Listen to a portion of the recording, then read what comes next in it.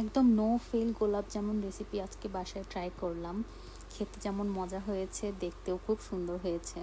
তো আমি ডো বানিয়ে আমি মিষ্টির শেপ দিয়ে আমি একদম ঠান্ডা তেলে এগুলো দিয়ে দিচ্ছি। খুব গরম তেলে দেওয়া যাবে না, তেলটা ঠান্ডা ঠান্ডা থাকবে তখনই দিতে হবে। আর দেওয়ার পরে তেলে ভালোভাবে এগুলো নাড়িয়ে নাড়িয়ে ভাজতে হবে, যেন চারিদিকে সুন্দর একটা কালার আসে। আর চুলার আঁচ একদম লো ফ্লেম রাখতে হবে, যেন মিষ্টিটা বাইরে দিয়ে হয়ে ভেতরে কাঁচা না থেকে যায়। তো এই তো এরকম ঘুরিয়ে ঘুরিয়ে আপনারা এরকম কালার হয়ে আসলে সেটা চুলা থেকে নামিয়ে নেবেন। এর বেশি কড়া করতে যাবেন না কালারটা, তাহলে দেখা যাবে যে শিরায় দেওয়ার পরে কালারটা আরেকটু চেঞ্জ হয়, তখন একদম কালো একটা কালার আসবে। তো এরকম কালার থাকতে থাকতে নামিয়ে নিলে বেশ ভালো। তো আমি মিষ্টিগুলো নামিয়ে নিচ্ছি।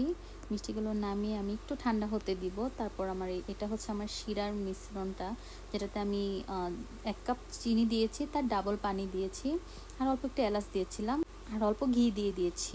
তো এই তো শিরাটা যখন ফুটতে শুরু করবে তখন আমি এটাতে মিষ্টিগুলো দিয়ে দিব, একটু নাড়িয়ে আমি সেটা ঢেকে দিব। তো মিষ্টিটা আমি ঢেকে একদম ঘড়ি ধরে 10 মিনিট জাল করেছি, এর মাঝে ঢাকনা তুলবেন না। তো আমি 10 মিনিট পরে ঢাকনাটা তুললাম। তো এই তো আমার মিষ্টিগুলো দেখুন ফুলে একদম সুন্দর হয়ে গিয়েছে, আর অনেক সফট হয়েছিল। তো আমার বাটিটা ছোট ছিল, এর জন্য আমার 3টা মিষ্টি নিচে পড়ে একদম চুপসে গিয়েছিল। তো এই হচ্ছে আমার মিষ্টিগুলো, খুবই সফট হয়েছে, আর ভেতরেও খুব ভালোভাবে রস ঢুকেছে। তো চুলা বন্ধ করার পরে আমি এটাকে আরও 1 ঘন্টা ঢেকে রেখেছিলাম। দেখুন আমার মিষ্টিটা কি পারফেক্ট হয়েছে। Thank you.